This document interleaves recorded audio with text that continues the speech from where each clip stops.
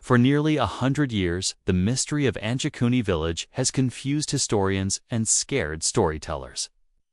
An entire Inuit village disappeared without any trace. No signs of fighting, no bodies, no explanation. Over the years, theories went crazy. Alien kidnappings, supernatural forces, secret government experiments. Now, a team of experts has finally figured out the truth behind one of the coldest cold cases in history. But what they found isn't just unexpected. It's something no one saw coming, and it's not what you think. The mystery all began when one experienced fur trapper, Joe LaBelle, set foot on the shores of Lake Anjikuni. The day Joe LaBelle walked into silence. It was November 1930. And the air was super cold in the remote northern wilderness of Canada. Joe LaBelle, an experienced fur trapper, was making his way through the snow-covered landscape. He had spent years in this harsh area, traveling through thick forests and frozen lakes, and was used to the extreme conditions of the north. Nothing usually surprised him, but this trip would be different and unforgettable. LaBelle was heading toward a small Inuit village near the isolated shores of Lake Anjikuni. He had visited the village several times before. The people there were always welcoming, often offering food, shelter, and stories by the fire. He expected to find the same friendly faces in warm homes. But as he got closer to the area, something didn't feel right. Usually, you could hear the village before you even saw it. Children laughing and playing, sled dogs barking. The sound of people working or talking, and the comforting sight of smoke coming from chimneys. But now there was nothing, only silence. A heavy, unnatural stillness that made LaBelle uneasy. When he reached the village, what he saw made his heart sink. Rows of snow-covered huts stood exactly as he remembered, whole, undamaged, and undisturbed. But no one came out. No voices called back when he shouted. No movement at all. It was as if the entire village had simply stopped existing. LaBelle began checking the homes one by one. Inside, everything seemed normal at first glance.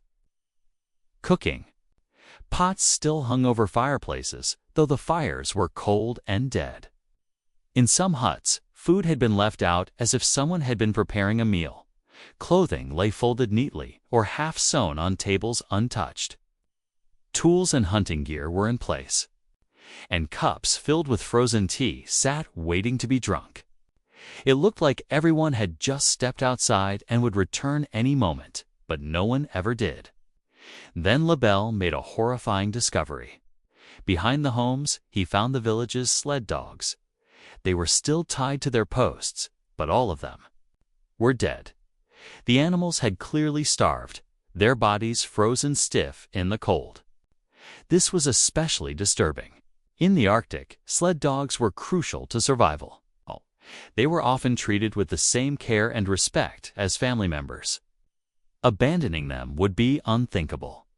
The situation grew even stranger when LaBelle reached the edge of the village and noticed the burial site.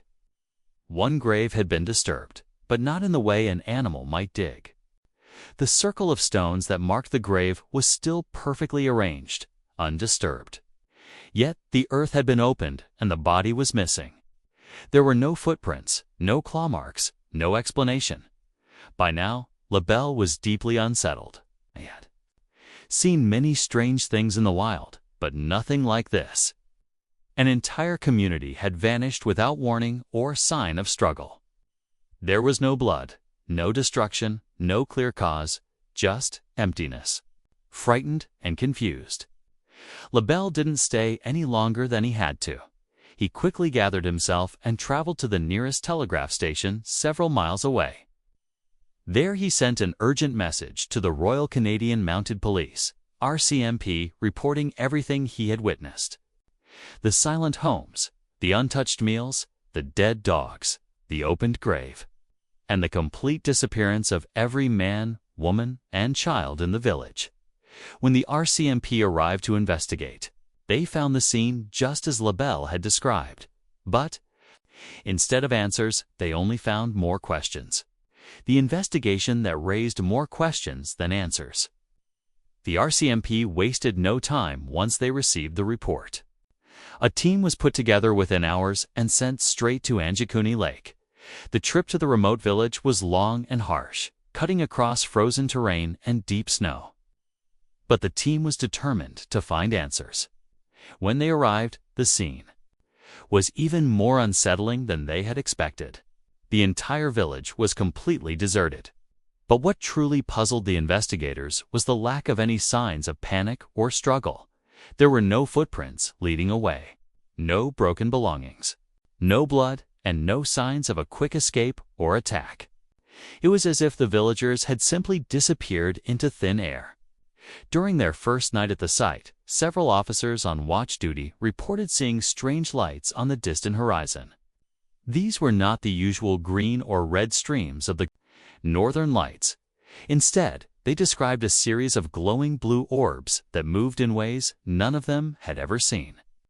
The lights would hover low, then dart upward at impossible speeds, pulse with a soft glow, then vanish, only to reappear miles away seconds later.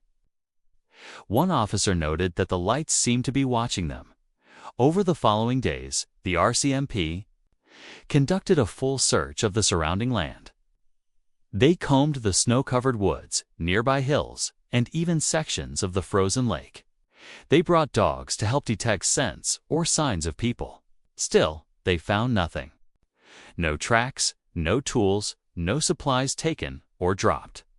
Snowfall had been light in the days prior, yet there were no fresh marks, suggesting no one had left the village on foot. Some officers began to speculate privately. There were whispers of unnatural causes, but no one could say what those were. Higher-ups in the RCMP urged the team to stay focused on logical explanations, but even the most experienced investigators admitted they were out of leads. By the end of the second week, the harsh conditions forced the team to reduce the search. Supplies were running low, and the bitter cold made long stays dangerous. A few items were taken for analysis. Some odd burns on a patch of earth near the village and a series of deep, narrow holes in the ice. But lab tests later returned inconclusive. With no solid evidence and no witnesses, the investigation slowly ground to a halt. The case was quietly closed, filed away under unresolved. But for the officers who were there, it never really ended. Many of them spoke of a strange, heavy feeling in the village. Something they couldn't explain, something that didn't feel right, as the official investigation stalled. The public's imagination took over, and the mystery began to grow beyond the village itself. How the world became obsessed with Anjikuni. News of the vanishing village spread quickly. At first, it appeared in small regional newspapers in Manitoba and the Northwest Territories. But it didn't stay there for long. The story was simply too strange, too shocking, and far too mysterious to be ignored. Within days, it had spread across Canada, drawing the attention of larger media outlets and national broadcasters. People were stunned. How could a whole community disappear overnight without a trace? Readers across the country were fascinated and disturbed in equal measure. Soon, newspapers in the United States picked it up, followed by media outlets in Europe and beyond. The case of the missing Anjikuni village had become a global mystery, sparking curiosity and debate worldwide. Over the years, the story took on a life of its own. It was included in books about the strange and unexplained. It was talked about on radio shows and later featured in television, documentaries, and specials.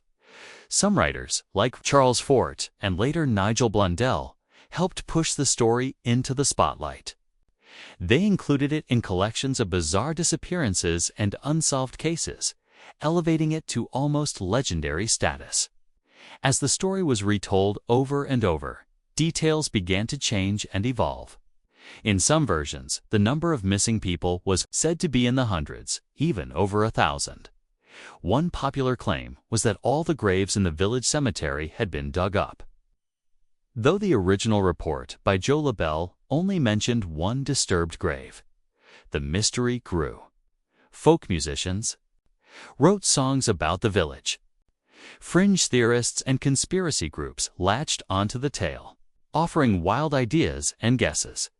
Even though none of these theories were proven, the case remained popular and compelling. Paranormal investigators kept files on Anjikuni, and many believed it was one of the strongest examples of mass disappearance in modern history. Over time, curious tourists began to travel to the Anjikuni Lake area hoping to see something strange for themselves. They wanted to stand in the place where an entire village had once stood and where now there was nothing but silence, wind, and unanswered questions. But as the legend spread, so did skepticism. And when investigators looked more closely at the original story, cracks began to show. The glaring inconsistencies and the official dismissal. Despite the growing public interest, not everyone was convinced by the story. Some journalists and researchers began to examine the details more critically. One key figure, Joe LaBelle, the trapper who supposedly discovered the empty village, came under intense scrutiny. Official records showed no evidence that LaBelle held a trapping license prior to 1930. This raised doubts about his background and whether he had any legitimate reason to be in that remote area in the first place. Some even questioned if he existed at all, or whether his name had been made up to lend weight to the account. Then there was Emmett Kelleher, the journalist who first reported on the incident. Kelleher was known among his peers for sensational writing. His earlier stories had exaggerated or distorted facts, and at least one of the photos he published in connection with the Anjikuni Lake mystery was later confirmed to have been taken decades before the supposed disappearance. The image claimed to show the abandoned village reportedly depicted a different settlement entirely, and one that had never been associated with any strange activity. After several months of quiet investigation, the RCMP officially closed the case. In early 1931, their final statement dismissed the entire incident as fiction, possibly fueled by miscommunication or outright fabrication. No missing persons reports from the region matched the scale of a full village vanishing. Follow-up surveys found no signs of panic or conflict. The RCMP said plainly there had been no disappearance. Still, the public wasn't entirely satisfied. Many felt the RCMP's conclusion was too neat, too dismissive. After all, what about the disturbing details that had been repeatedly mentioned? The sled dogs reportedly found dead and still tied to posts, suggesting they had been abandoned without food or water. The gravesite that had been disturbed, yet showed no signs of digging tools, half-cooked meals left behind, fires still burning. And most baffling of all, no footprints in the snow, not leaving the village or returning to it. Multiple reports repeated these details, even across different sources and timeframes. Adding to the confusion was a separate account from a telegraph operator stationed in Churchill, Manitoba. He claimed that shortly before the story broke, he'd received a strange, garbled transmission from the area near Anjikuni Lake. The message was barely coherent, filled with static and odd pauses. But it seemed to mention something about lights in the sky and voices in the dark. This detail, although never officially confirmed, was recorded in his logbook, which has since gone missing from archives.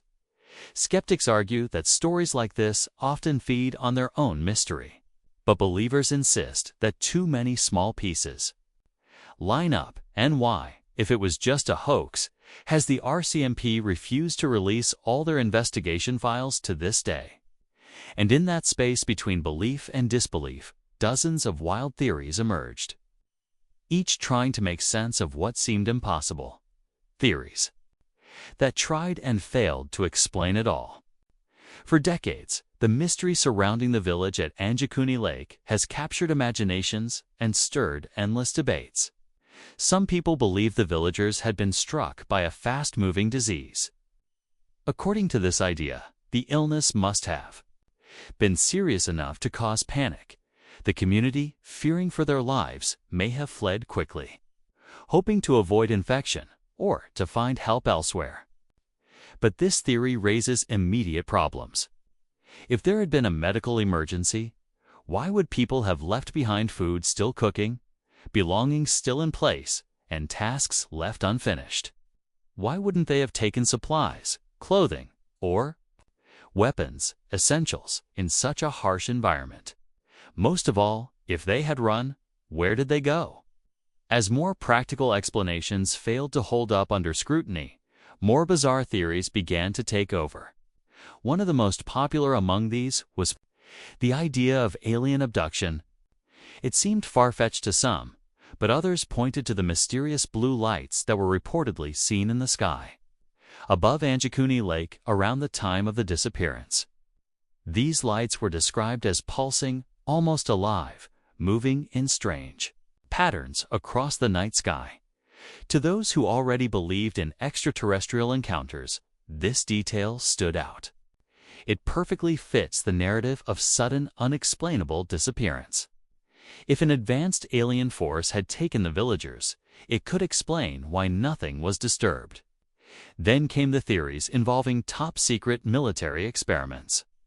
These were rooted in suspicion rather than evidence, but they stuck around anyway. Some believed that a hidden government or military operation had been taking place in the remote wilderness of northern Canada. The villagers in this theory either witnessed something they shouldn't have, or were caught in the middle of a dangerous experiment. Some versions suggested new weapon tests. Others mentioned chemical or psychological operations. The idea of a government cover-up added a dark twist. But again, there was never any solid proof. No documents, no confessions, just rumors and speculation. Perhaps the most haunting theories were the ones tied to Inuit legend and oral history. Among these stories is the tale of the Kalupalik, a mysterious creature said to live beneath the ice. According to tradition, the Kalupalik lures people, especially children, into the freezing waters, never to return. Some versions describe it as part human, part sea creature with long hair and a greenish, slippery skin. Others say it can mimic voices, calling out to its victims. Those who believe in these legends argue that the story of Anjikuni fits perfectly into the pattern, an entire group taken quietly with no signs left behind. Each of these theories attempts to explain at least part of the mystery. And all of these theories, logical or not, shared one key assumption that something extraordinary happened to the people of Anjikuni, that they vanished suddenly with no warning and no trace. But what if that central idea was wrong? What if they hadn't disappeared at all? What if they had simply moved? Now, after years of speculation, experts believe they may have finally uncovered the truth. How the mystery was finally solved.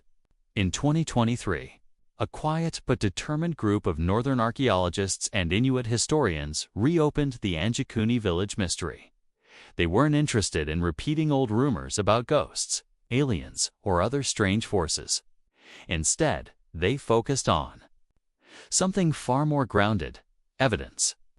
With modern tools, new data, and a deep respect for Inuit oral history, they set out to find out what really happened in the winter of 1930. Their method was careful and straightforward.